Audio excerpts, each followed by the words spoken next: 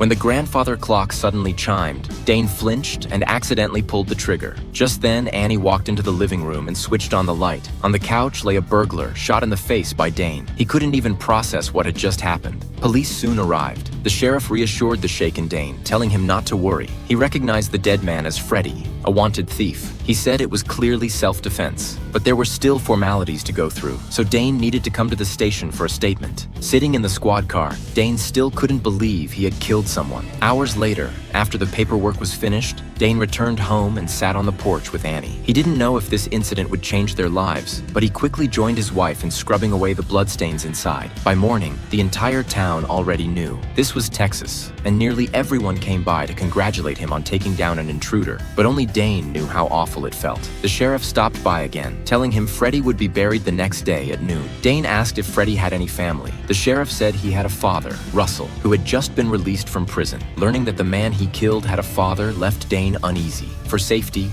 Dane installed a reinforced door and replaced furniture. That night, he received a call from an unknown number. On the other end, he heard only heavy breathing, no words. He was too on edge to sleep. For his family's safety, he spent the whole night on the couch. The next day at noon, Dane decided to check out Freddy's grave. At the cemetery, an older man greeted him. Looking at the man, Dane realized this was Russell, Freddy's father. Russell said he saw Dane's family photo in the newspaper, then smiled and remarked, "I saw your boy. He looks just like you." Taking that as a threat, Dane immediately called Annie, telling her to meet him at the police station. He rushed to his son's preschool to pick him up, but there he spotted Russell watching them. Dane begged the sheriff to arrest him, but without evidence of a threat, the sheriff claimed there was nothing he could do. As the family prepared to return home, Dane found the door broken open again. He told Annie to take their son to the station while he grabbed a wrench from the car and went inside. Upstairs, he heard a door creak open in his son's room, but when he checked, he found a dozen bullets laid out on the floor in bed. Soon, police arrived. With this evidence, the sheriff assigned some ex-military officers to secretly guard the family and placed one officer inside the house. Still restless, Dane couldn't sleep and went to the kitchen for milk. Just as he was about to head back,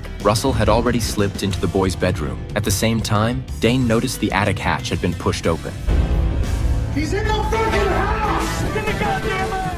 Fortunately, the boy was unharmed. Russell had escaped. The sheriff promised they would catch him. By morning, Dane was told Russell had been captured and his family was safe. Relieved, Dane prepared to go sign paperwork at the station. But at the bulletin board, he saw Freddy's name. Looking at the wanted poster, he realized the photo didn't match the man he shot. He rushed to the sheriff, insisting the dead intruder wasn't Freddy. The sheriff told him he was mistaken. The man was Freddy, but Dane was certain it wasn't, and couldn't understand why the sheriff would lie. The more he thought about it,